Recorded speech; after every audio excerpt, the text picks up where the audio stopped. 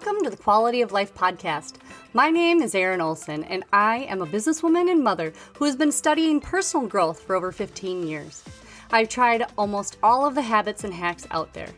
My goal is to use my real-life experience to show you which tricks and habits make the biggest changes to your quality of life with the least amount of time and energy on your part. We will cover everything from habits to hacks, fitness to family, and everything in between. Now, let's dive on into today's topic.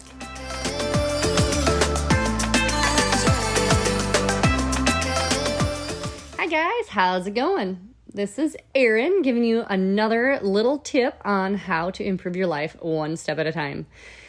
Today, we are going to talk about something that seems so simple and so easy, but is one of the toughest things to actually implement in your life long term. I have struggled with drinking enough water for my entire life. I get it. As a reformed pop or soda drinker, depending upon where you're from in the United States or in another country, I used to drink a lot of Dr. Pepper. That was my drink of choice a long time ago. When I gave up drinking Dr. Pepper, my reasoning for it and my intention was to lose weight because my husband had quit drinking soda. He was a Mountain Dew drinker and he lost like 25 pounds. And so I'm like, oh crap, if I just go and quit drinking some soda or some Dr. Pepper, because I was drinking at least 2 of them a day, that I would probably drop weight too. So it was purely selfish. And then I quit. It was really tough. But I felt a million times better and I ate way less food. So I'm going to talk to you about why it is important to drink water. We all know 8 glasses a day is what they say, but I've actually looked into it and dug up some actual facts. So here is a couple facts on why you should drink more water. Well, the human body is comprised of between 55 and 60% water, 55% for women and 60% for men. But the brain itself is about 75% water. So if you are dehydrated, then your brain is one of the first things to suffer. I've looked and found that some research stating that an increased water intake can increase your memory capacity. It can help with mood swings. It can help with your attention span and a myriad of other benefits like depression and a whole bunch of stuff that, we all fight with. So drinking your water, you need to track your water. If you tracked your water for a week and you looked and saw exactly how much, without trying to change anything, how much water you actually consume, it is way less than you think it is. So I know that there was a big push and you can find these water bottles all over where you're supposed to drink about 1 gallon a day. And, I'm not a doctor. I'm not a nutritionist. I only know what has worked for me. And just a lot of the research that I've done, I have found that it is suggested by the CDC, believe it or not, that if you're a woman, you drink 92 ounces or 2.7 liters of water a day. That equals about 11 and a half 8-ounce glasses a day. If you're men, it suggests that you drink 124 ounces a day or 3.7 liters per day, or if in cups or glasses, it's 15 and a half 8-ounce glasses a day. So, 8 ounces a day or 8 glasses a day is a really good starting place. And depending upon, where you live, what the climate is like, how much exercise you get, medications you might be on, the type of food that you eat, you may need more or less depending upon, just your circumstances. So this is just for a general guideline. One really important thing about water is the quality of your water needs to be really good. If you are drinking tap water, that is not a bad thing, or well water even. However, you may want to run it through a Brita filter or a pure filter, not just to try to purify and reduce some of the toxins and stuff that's in it. but also to make the water taste better. Culligan is a good at-home, delivery or whatever, or they also sell the reverse osmosis watering systems or purifying systems. There's a lot of different kinds out there that are really good. You can get one that hooks right up to your water line and fills. Personally, I have outdrank the RO filters that we've had at work, and they aren't necessarily the best solution for me. Also, if you're working with reverse osmosis filters, they are super purifying the water, which means that there are no minerals and no naturally occurring things in there that are actually good for you anymore. So you may have to increase your mineral intake. That's just, something you need to do some research on to find out what is best for you. I start with one of those Brita pitchers and I fill it and keep it on my counter. Personally, I like room temperature water. I find that if I'm trying to drink ice water, the ice usually makes it taste funny. So I usually will just keep a pitcher full on my counter, and then I fill a water bottle with it and, do that.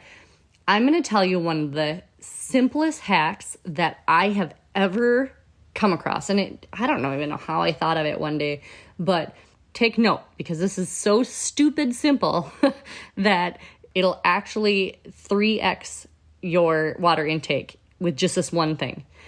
All you have to do is, normally when you take a sip of water, instead of just taking a sip, take 3 swallows. That's it. Just 3 swallows. I know it sounds funny because it should be like, duh, if I drink more water, every time I drink water, I'll drink more water. But honestly, it was the simplest hack that I've ever used in my own life to make myself drink more water. I had it on my dream board for years to drink more water, drink more water. Well, I have actually done it.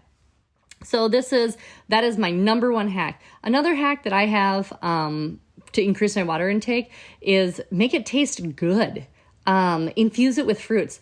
I used to go to this massage place and they used to have what they called spa water, a picture of water that they kept in the fridge, and it had a couple slices of cucumber and a lemon wedge in it. And that is it. And it's amazing how refreshing just that can make your water taste. I've done everything from using strawberries, and I had some basil one time, and mint works really, really good. And you just put it in your water and then just let it sit in there. And you can keep topping off your pitcher in your fridge with this different fruits. They do make, I think it's Takaya, Takaya, I think. Pitchers makes an infusing pitcher where you can actually put fruits in a little basket and then you just keep adding water to it. And that works really, really good. I find that I don't necessarily need it anymore. Another really good thing that I put in water that tasted really good and different was I started adding ginger to my water, and I had one of those roots from the grocery store, and all I did was I sliced off just a couple pieces of ginger and I threw that in my water, and then I used a piece of lemon to kind of add I'm not talking big chunks of fruit here. And that made me drink so much good water, and it just felt like I was, adding health to my body. And it was so easy. And I forget sometimes how easy it can be to just add these fruits and veggies and herbs to my water to make it better. Another hack that I used to help increase my water intake was to try it hot. Especially in the winter months, I'll go and I'll take a mug and I'll use my Keurig or my microwave, and I will heat just a plain glass of water to whatever temperature that I would normally drink coffee or tea at. And man, sometimes it almost instantly makes you more thirsty, which is so weird, but that really helps me to drink more water. You can also add teas, make sure they're non-caffeinated, because caffeine actually has the opposite effect. Get rid of the water the water that you're intaking. So I would stay away from caffeine in any of these as much as possible. And then the other thing that I've done is bubble water. I do have an addiction to bubble water, and I have a very specific addiction about bubble water. I really love Spindrift bubble water. There's a couple other kinds that Waterloo is okay. I love the AHA bubble waters or seltzers. Anything with carbonation in it or a little bit of flavor to make me feel like I'm drinking something better. And I do that at room temperature too. I know it's so weird, but I do that at room temperature. And a few years ago, my son gave me a Soda Stream, and man, it is so easy to make your own seltzer. And you can use the syrups that you can buy, but they're kind of expensive. So I've actually put like raspberries or, just like that infused water that you would put in the fridge. You can literally stick it in your Soda Stream and, have flavored bubble water that you made yourself. And it's so easy and way cheaper. That is a really good investment, which they're not that expensive, but way cheaper than buying those 8 packs of bubble water for like $4. I have replaced all of my soda that I drink with water or a bubble water or one of these infused waters. Sometimes I'll drink tea. I do drink coffee in the morning. I really love my coffee in the morning, and I'm not sure I'm ready to give that up. And I haven't read enough evidence that proves that it's bad for me yet. So, but like I said, you have to figure out what works for you. So I'm just giving you a few tips about water. I know this is not necessarily the most, titillating conversation talking about water intake, but water intake can help so much with your mental capacity. And when you're sitting at work or at your desk and you are trying to pound out the day's to-do list, drinking water is probably one of the last things on my mind, and probably yours too, but it is so, so, so important. So today I'm going to give you the homework this week. This homework is simple, but it's so enlightening.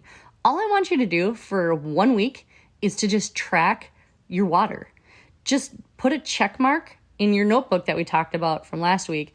Put a check mark for every 8-ounce glass or bottle that you drink every day, and track it just for a week and see if you feel any difference. My go-to is I carry a Nalgene bottle. I love my Nalgene bottle because number one, I can put stickers on it and then I look and feel cool. Number two, they have one of the best warranties on the market. I have to use a smaller mouthed bottle because I have a tendency to spill all over myself no matter what I'm doing. So a smaller mouth makes it easier for me to not spill. And I have dropped and broken probably 4 water bottles over the last 10 years, which isn't that much, but they replace them. All you have to do is send them a picture and they'll send you a new one. It's amazing. Never put anything other than water in your Nalgene bottle. It will taste like whatever you put in there. I made the mistake once of putting a lemon wedge in my water in there, and that's not a good idea. I hope that these hacks and this homework shows you exactly how much or how little water you're drinking, and I really hope it changes how you feel, because for me, it was a huge difference. Do the homework and come back next week, and we're going to talk about probably something that's not even this much fun, but it can help change your life. So I will put together a list on Amazon that you guys can go to and see all the things that I absolutely love. I'll put in the show notes a couple links to Nalgene and my Amazon list and SodaStream and anything else that I think might help you. And I will see you guys next week, and hopefully you'll be a much more hydrated listener.